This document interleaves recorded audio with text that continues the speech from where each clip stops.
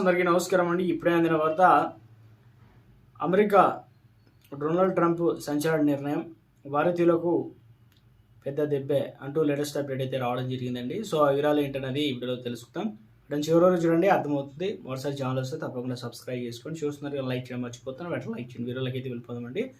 So ముఖ్యంగా అమెరికాలో H1B కాకుండా వచ్చే మిగతా వీసాలు వారు అక్కడ వర్క్ చేయాలంటే ప్రత్యేక పర్మిట్ అనేది పొందాలన్నమాట. దాన్ని EAD అంటారనమాట. ఇక H1B డిపెండెంట్లు వచ్చేవారు ఎక్కువగా దీనికోసం అయితే అప్లై అయితే చేస్తారనమాట. EAD తీసుకొని ఉద్యోగాలు చేస్తుంటారు. ఇంకా చాలా వీసాలు వాళ్ళు కూడా ఈ వర్క్ పర్మిట్ను తీసుకోవాల్సిందే. ఇప్పుడు ట్రంప్ సర్కార్ వీటిపైన కీలక నిర్ణయం తీసుకుందనమాట. ఇకపైన EADలను ఆటోమేటిక్గా రెన్యువల్ చేయమని ప్రకటించింది. దీనికి సంబంధించి US department of home land ప్రకటన జారీ చేయడం జరిగిందనమాట.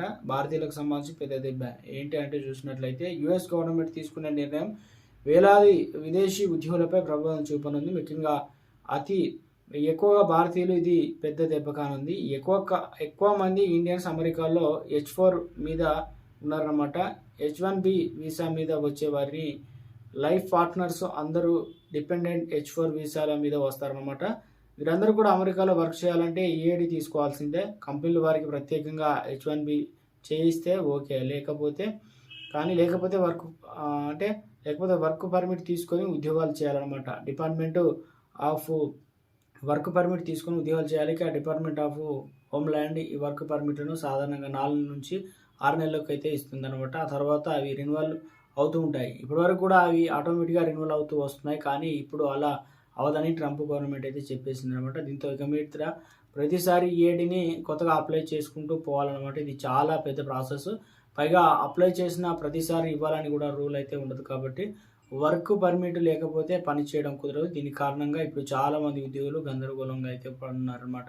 ఈ కొత్త రూలు ఇమ్మీడియట్గా రేపటి నుంచి, అంటే అక్టోబర్ 30 నుంచి, అంటే ఈ రోజు నుంచి అమలు చేయనున్నారు. అంతేకాదు ఇక మీదట ఎవరు కూడా వర్క్ పర్మిట్ అప్లై చేసుకున్న తనిఖీలు స్క్రీనింగ్ చేస్తామని డిపార్ట్మెంట్ ఆఫ్ హోమ్ ల్యాండ్ తెలిపిందనమాట.